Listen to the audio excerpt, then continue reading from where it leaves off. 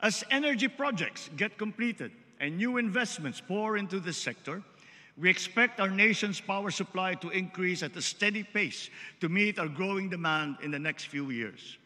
Nonetheless, we are continuously diagnosing and urgently addressing power shortages, as well as the systemic causes of blackouts in unserved and underserved areas.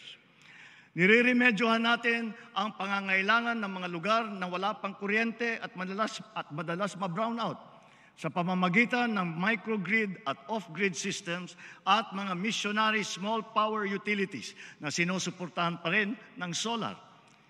Running through Bataan, Pampanga, and Bulacan, the newly inaugurated Mariveles-Hermosa-San Jose transmission line will further strengthen the reliability of the Luzon power grid. In the Visayas, all stages of the Cebu-Negros-Panay Backbone Project have likewise been completed. This project shall serve to stabilize the power situation in Western and Central Visayas and avert recurrences of power outages experienced in the past. Dahil sa proyektong ito, naiwasan ang blackout sa Panay Island noong Abril hanggang Hunyo sa kabila ng yellow at red alert sa region. And just last week, the Dumanhog-Corelia line of the Cebu-Bohol Interconnection Project was energized, enabling the transfer of power between Cebu and Bohol.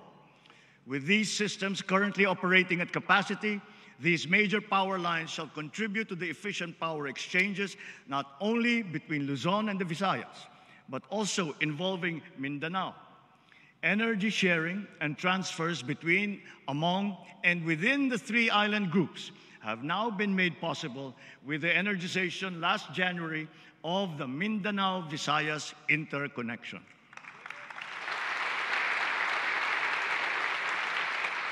The energization of the Mindanao-Visayas interconnection is a defining moment, not only for the power sector, but for the entire country. Finally, we have connected the power grids of all three major island groups.